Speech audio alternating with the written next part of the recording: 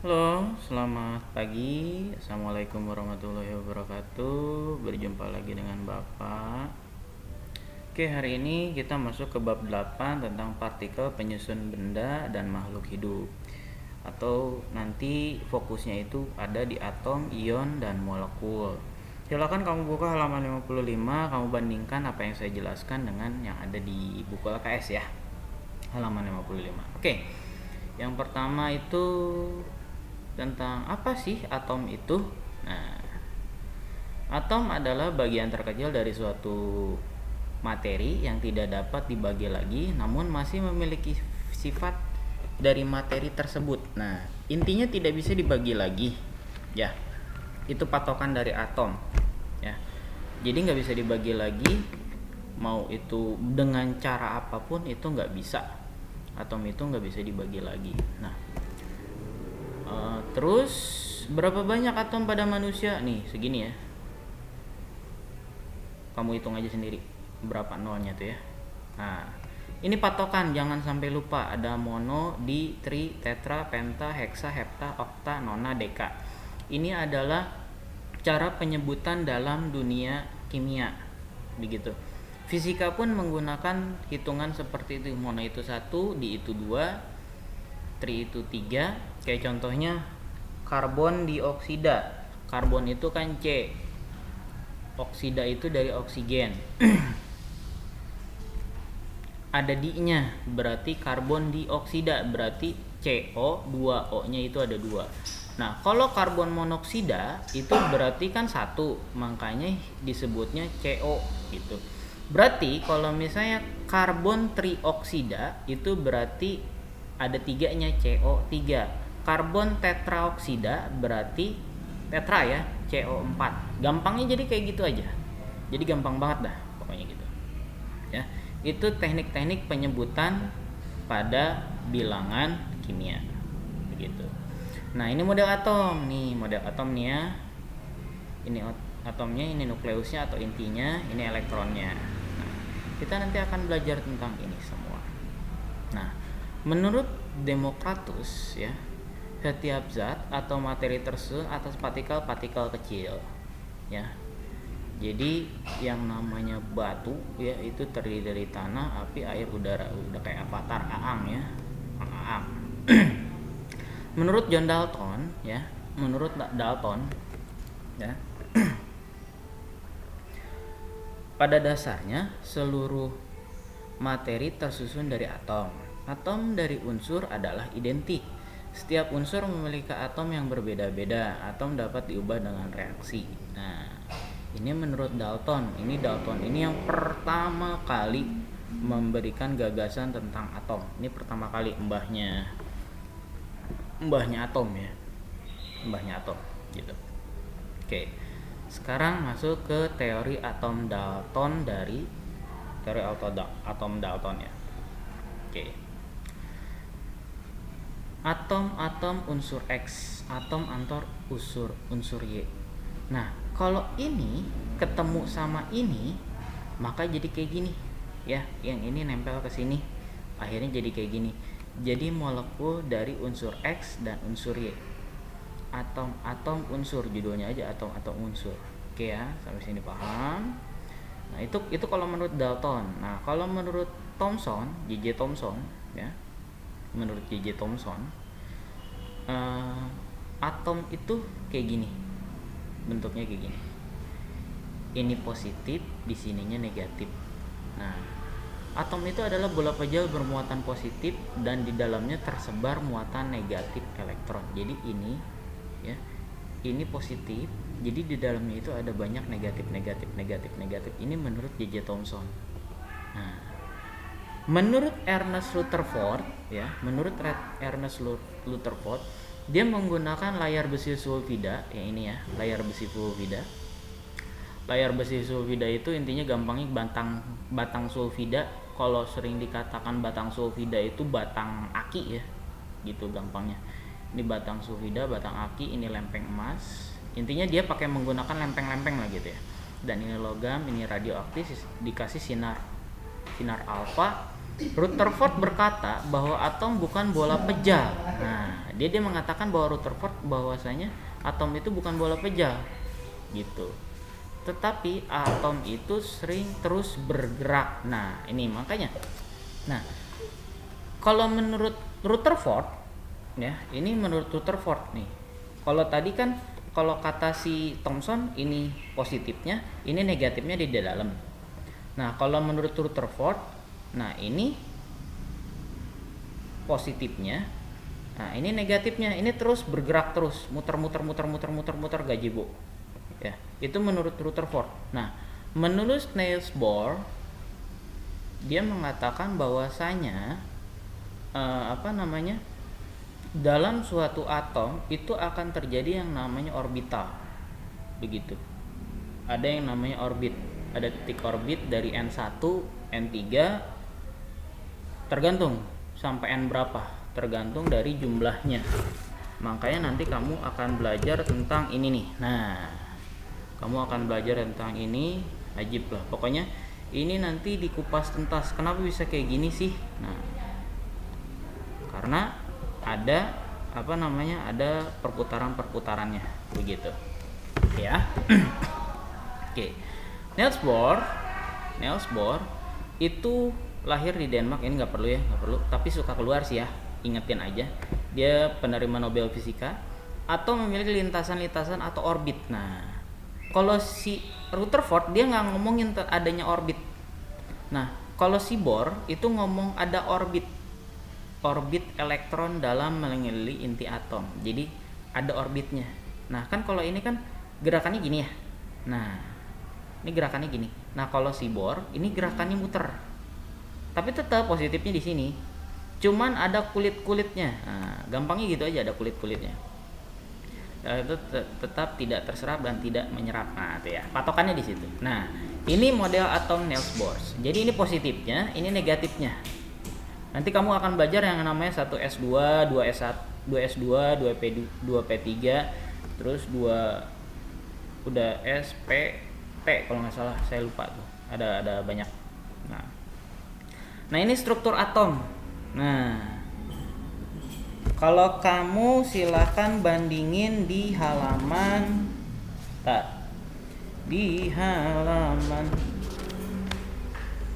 kamu lihat perbandingannya di halaman halaman 62. Itu ada bagian 3, nomor 3, nomor atom dan nomor massa. Nah, bagian itu kita ngomongin tentang struktur atom. Nah, nomor atom sama dengan jumlah proton sama dengan jumlah elektron. Oke ya. Ini sama dengan jumlah proton. Jumlah proton itu sama dengan jumlah elektron, ya. Jumlah proton yang ini sama dengan jumlah elektron. Jadi kalau 2, protonnya elektronnya itu pasti 2. Gitu ya. Nah, yang beda ini cuma di sini, nomor massa. Nomor massa adalah jumlah proton dan neutron. Kalau di situ dikatakan jumlah proton plus jumlah neutron. Ingat ya. Kita bandingkan yang ini dengan yang ada di buku. Oke. Yang X itu lambang atomnya. Yang ini He ya, kalau di sini He. Udah gitu bagian atasnya itu nomor 2, kalau di sini nomor 2, kalau di situ A, kalau yang di bawah itu Z itu 4. Jadi kalau misalnya kita ngelihat di buku, bagian atas A-nya itu 37, bagian bawahnya itu 17. Gitu. Itu kalau di Cl ya. Cl itu klorin. Nah, nomor atomnya atau jumlah protonnya atau jumlah elektronnya sama dengan 17. Oke ya, akur. Sampai sini akur ya. Oke. Di bawahnya lalu pada atom netral jumlah proton sama dengan jumlah elektron sama dengan 17. Sedangkan jumlah neutronnya atau nomor massanya itu sama dengan 37 kurang 17 sama dengan 20. Oke. Jangan lupa ini, jangan lupa cara perhitungannya. Gitu. Oke ya. Jadi neutron itu didapatkannya dari mana? 37 kurang 17 gitu. Oke ya. Oke, saya kasih yang tadi lagi. Nah, ini perbedaannya nih ya. Kamu lihat nomor atom, nomor massa. Nah, tadi. Oke. Nomor atom di sini namanya massa atom. Oke ya. Ini udah mulai lihat. Kalau tadi kan dipiringin. Nah, kalau sekarang yang tadinya ada di bawah sini sama di atas, yang di sini bagian Z, di sini bagian A. Nah, sekarang ini bagian Z-nya, ini bagian A-nya. Jangan sampai lupa ya. Ini Z-nya, ini A-nya. Oke, bisa kamu lihat ini judulnya ada tabel periodik, silahkan kamu download, gampang. Nah, jadi ini contohnya. Ini 3. Ini 3, ini ininya 8. Kalau nggak salah dia 8 deh, ini. Gitu. Nah, ini contohnya ini SC. SC nih. SC 21 di sininya 44, bisa dibuletin jadi 45. Gitu. Jadi kalau untuk SC itu Z-nya itu 21, A-nya 45 karena kita bulatkan tadi ya. Gitu. Nah, kalau yang ini nih, yang gampang, yang gede, ZN. Berarti bawahnya Z-nya itu 30, atasnya itu atau A-nya itu 65. Jangan sampai salah ya. Kayak gitu. Gitu gampang, gitulah. Cincai lah, gitu doang. Oke. Nah, kita ngomong ion. Atom yang bermuatan positif atau negatif itu disebut ion. Nah, jadi bedanya tahu ya. Kalau atom itu bisa bermuatan positif atau bermuatan negatif, ya, itu disebut ion. Ya. Kalau ion bermuatan positif itu disebut kation, kalau ion bermuatan negatif disebut anion. Nah, ini disebut kation. Nih, kation. Kalau ini disebutnya anion. Oke ya. Gitu. Nah, supaya akhirnya jadi pas, gimana caranya? Di sini 1, di sini 1. Pak, kok nggak ada tulisan satunya? Iya, karena kalau di kimia, di fisika itu tidak ada tulisan 1 di depannya, kecuali nanti kalau kamu masuk ke konfigurasi elektron baru iya ada. Ini cuma untuk kamu melihat jumlah. Kalau ini cuma jumlah doang kalau nggak salah. Kalau masuk ke konfigurasi elektron dia nggak pakai kalau nggak salah. Bukan konfigurasi, ini konfigurasi elektron. Kalau masuk ke dalam jumlah kulit dia baru pakai satunya di depan. Tapi kalau konfigurasi elektron dia nggak pakai. Jadi satunya nggak dipakai. Kalau 2, 3 baru ditulis kayak gini. Atau ininya plusnya bisa di belakang, nggak apa-apa, sama aja. Gitu. Oke ya. Nah, ini kation dan anion. Atom melepas 2 elektron ya. Ini kationnya dari 2+. Nah, ini yang disebut konfigurasi elektron ya. Konfigurasi elektron. Jadi ini atomnya, ini kationnya. Kationnya. Ini contohnya ya. 2+, ini gambarnya, contoh gambarnya nggak kelihatan ya. Intinya beginilah. Mg awalnya kan dari 2+, maka ditambah 2 min. Supaya apa? Supaya netral, jadi Mg doang. Jadi dia nggak punya muatan lagi. Akhirnya ini yang disebut dengan unsur. Oke ya. Ini di situ. Nah, ini Fe ditambah E min, makanya jadi Fe min. Gitu. Ini jadi anion. Kalau ini kation, ini anion. Oke, gitu ya. Terus. Nah, ini ya. M melepas elektron. Nah, ini jadi kation. Melepas elektron jadi kation. Menerima elektron jadi anion. Tuh, ya kan, jadi anion. Gitu ya. Oke.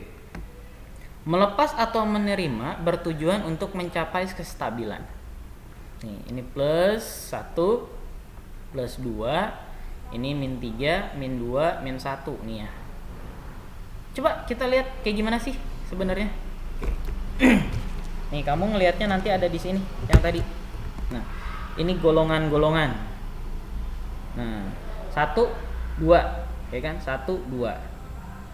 Ini golongan 1, golongan 2, golongan 3, golongan 4, golongan 5, nah ini golongan 8 ya. Baru ini masuk ke ini, ada yang positif, ada yang negatif. Pak, taunya dari mana? nanti negatif apa enggak tuh kelihatan tuh. Ya, ini ada tingkat oksidasi, ini ada lambang, entah itu positif entah itu negatif. Nanti kamu bisa lihat di sininya, ini positif atau negatifnya kelihatan dari sini, begitu. Oke, gitu ya. Contohnya ini -2, bener nggak nih? -2 oh ya, tuh -2 kan, gitu. Oke ya. Terus Mg 2 plus, Mg 2 plus, Ca2 plus, Mg 2 plus, Ca2 plus tuh 2 kan, 2 tuh 2. Jadi yang dibaca tengahnya, oke? Kalau ini negatif, jelas negatif, negatif, negatif. Pak, kalau di sini kan ada yang -2, -4, -6. Bisa dipilih yang mana? Ya. Bisa dipilih yang mana? Tergantung dari nanti dia bereaksi dengan apa gitu, dengan ion apa lagi gitu loh. Oke, sekarang masuk ke konfigurasi elektronnya. Oke, atom memiliki kulit KLMN. Jumlah elektron tiap kulit 2n2 N, yang dimana N adalah nomor kulit. Nitrogen konfigurasinya 2 5. Oke, nitrogen ya, kita ngeliat nitrogen 7 14. Kita lihat nitrogen mana nitrogen tadi. Nah, ini dia nitrogen. Nah, ini 7 14 ya. 7 14, ininya 0 0 0 0. Oke. 7 14. 7 14. Berarti ini daerah. Ini cuma dibalik doang ya. Ini kan bisa ke sini, tep, naik ke sini, turun ke sini gini. 7 ini sama dengan Z, 14 sama dengan A. Oke ya. Gitu. Dari mana 2 ditambah 5 itu jadi 7. Cara mengetahuinya nanti ini. 2 itu ada di kulit K, 5 itu ada di kulit L. Nah, gitu. Ini konfigurasi elektronnya gampang. Konfigurasi elektronnya. Misalnya 2 8 8 2. Misalnya berapa? 20. Gitu. 2 8 1 11. 2 tambah 6 8, 2 8 7 17, 2 8 4 14, 2 tambah 3 5. Itu konfigurasi elektron ya. Gitu. Kalau kamu di sini ada caranya nggak ya? Nggak ada sih di sininya. Biasanya suka ada soalnya. Oke. Nah, ini dia elektrovalensi. Ini saya kira nggak usah. Ini sebenarnya bisa, tapi ketinggian sih. SMA kuduna ya teh. Ya. Oke. Kita masuk ke elektronvalensi. Itu adanya yang itu tuh ya. Yang elektronvalensi itu adanya yang dikatakan di teori atom mekanika kuantum. Itu elektronvalensi gitu. Lalu apakah molekul? Molekul adalah gabungan dari 2 atau lebih atom yang sejenis maupun tidak sejenis. Nah, jadi perbedaan antara atom, ion dan molekul itu udah tahu ya perbedaannya ya. Gitu. Nah, selanjutnya kita ambil contoh udara. Ini nitrogennya, ini oksigen. Terus gula, ini contoh-contoh dari molekul unsur ya. Molekul unsur terbagi. Oke, sekarang kita masuk ke enggak. Sini lagi. Penyusun partikel.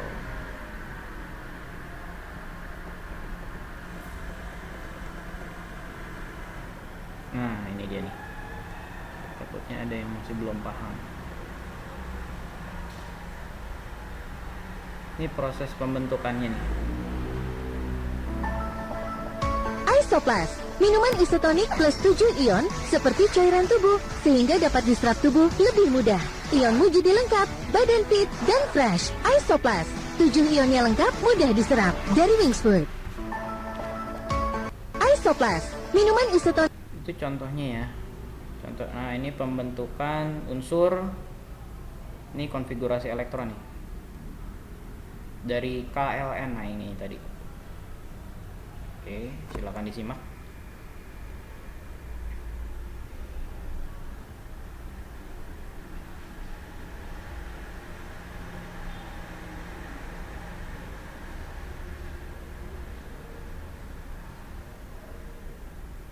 Ya, K lebih kecil dari L lebih kecil dari M. Kenapa? Karena K yang paling ini. Jadi KLMN. Nah, itu dia. 2E, 8E, 18E, 32E. Elektron maksimum di kulit ke N itu 2N2. Jadi patokannya rumusnya 2N2. Gitu. Oke. Tuh. Jadi intinya adalah rumusnya 2N2.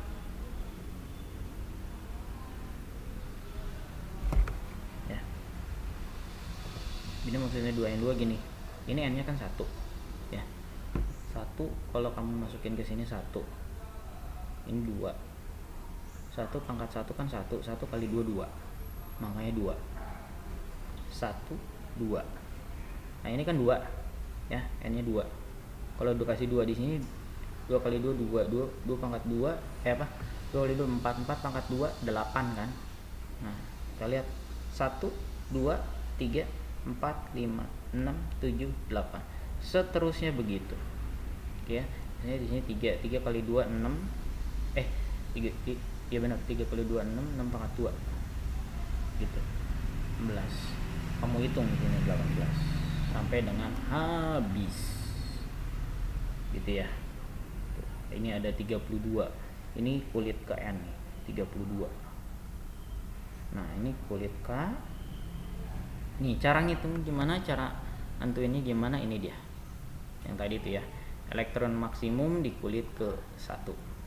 Ini kulit kedua, 2N2, 2 kali 4 sama dengan 8E. 2 kali 9 sama dengan 18E, ya kan, gitu. Ingat pangkatnya dulu, saya lupa ya, pangkatnya dulu. Terus ya ini 4 kali 4 pangkat 2 ya. 4 kali 4 16 kali 2 32 gitu. Ini cara menentukan konfigurasi elektron ya. Ini konfigurasi elektron caranya seperti ini. Oke.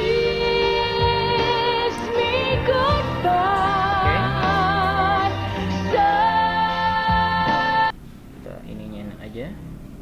Ini contohnya pada helium. Ini adanya di 2 ya. Karena ininya 2 ya, ingat A-nya 2. Ini di lithium 6. Di sini 2, di sini 1. Karena nomor atomnya 3. Elektronnya 3. Gitu. Oke. 10 nomor atomnya 2 dan 8.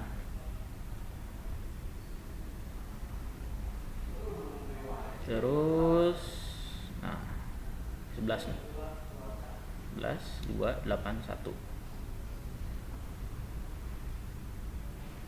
Gitu. Terus ini contoh-contohnya konfigurasi elektron ya. Ini 40 18, yang diambil kan 18-nya ya. 288.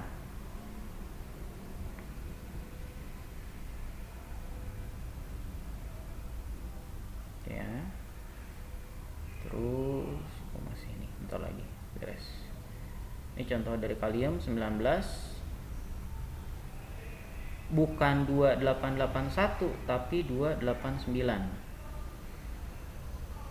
Oke, dia cuma sampai KLM. Bukan ini ya, bukan ini ya. Ya sampai N dia. 2882. bukan 28 10. Ya. KLMN. Dia masuknya sampai N kalau CA itu. Pak, kalau misalnya gini, kamu bertanya, "Pak, terus bagaimana cara menentukannya? Di sini 2, di sini 8, di sini misalnya maksimal berapa?" Di sini kan maksimal sampai dengan 20 nih. Kalau nggak salah. Dia itu pasti maksimal itu digenap. Nanti kita belajarnya itu di pertemuan selanjutnya. Bukan pertemuan selanjutnya ya, di jenjang berikutnya. Kamu mungkin bukan di kelas 9 kamu akan belajarnya, tapi kamu akan belajarnya di SMA. Begitu. Oke. Gitu. Itu konfigurasi elektron. Nah, ini ya. Yang tadi itu. Silakan kamu hitung kalau bisa kamu hitungnya. Nah, sekarang kita ngomong tentang unsur. Udah ya, pokoknya tentang itu udah segala macam. Oke, saya mau ngasih tahu bahwasanya di situ kamu yang mungkin takutnya kelewat, ada isotop, isoton, dan isobar. Bedanya gini, kalau isotop itu ya, isotop itu Z-nya itu sama tapi A-nya yang beda. Nah, jadi kalau misalnya kamu lihat di halaman 62 itu ya. Kalau kamu lihat di halaman 62, itu bagian Z-nya bagian bawahnya itu sama semua. Ada yang 88, 66, 77, 22, tapi atasnya kan beda, ada 35, ada 37 itu di CL. Terus di FE itu ada yang 54, 55, 56, 57, 58, itu namanya isotop ya. Terus ada juga isoton. Isoton itu adalah jumlah neutronnya itu sama. Jadi harus dihitung heulanya, harus dihitung dulu. Cara ngitung jumlah neutron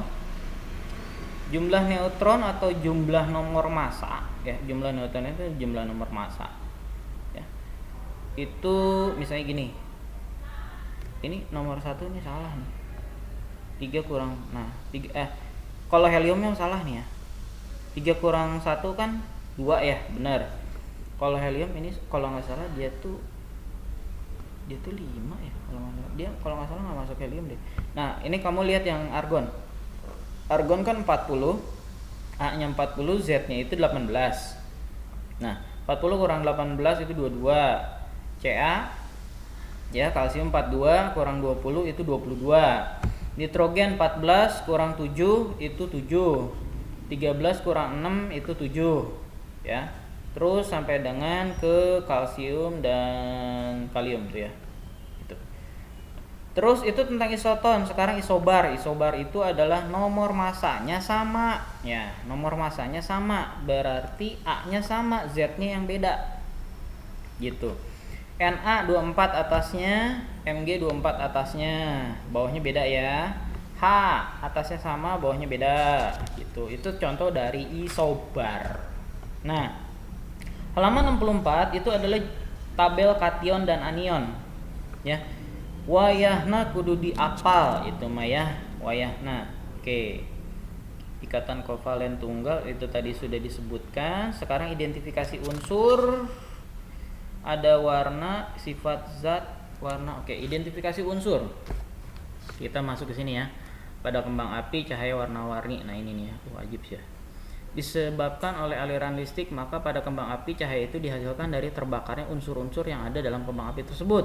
Akibat temperatur yang tinggi, elektron-elektron dari atom penyusun unsur itu akan berpindah dari kulit atom yang lebih tinggi ke kulit atom yang lebih rendah. Oke ya.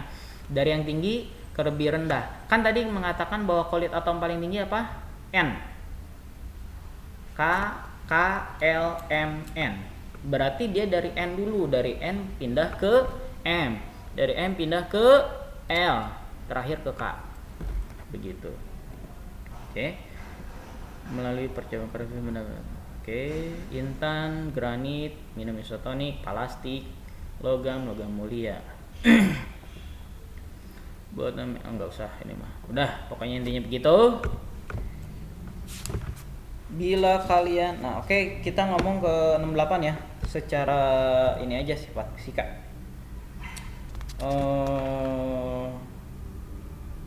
Biar nggak terlalu ini, biar kamu nggak terlalu pusing. Sifat fisika pada suatu benda ya, pada suatu benda Itu bisa dilihat dari satu dari wujud ya, satu dari wujud, dua dari warna, tiga dari kelarutan ya, tiga dari kelarutan, dua dari daya hantar listrik, kemagnetan, titik didih, titik leleh, titik beku, kekerasan, elastisitas ya. Di sini ada banyak, ada titik didih, titik leleh itu ya, tingkat oksidasi.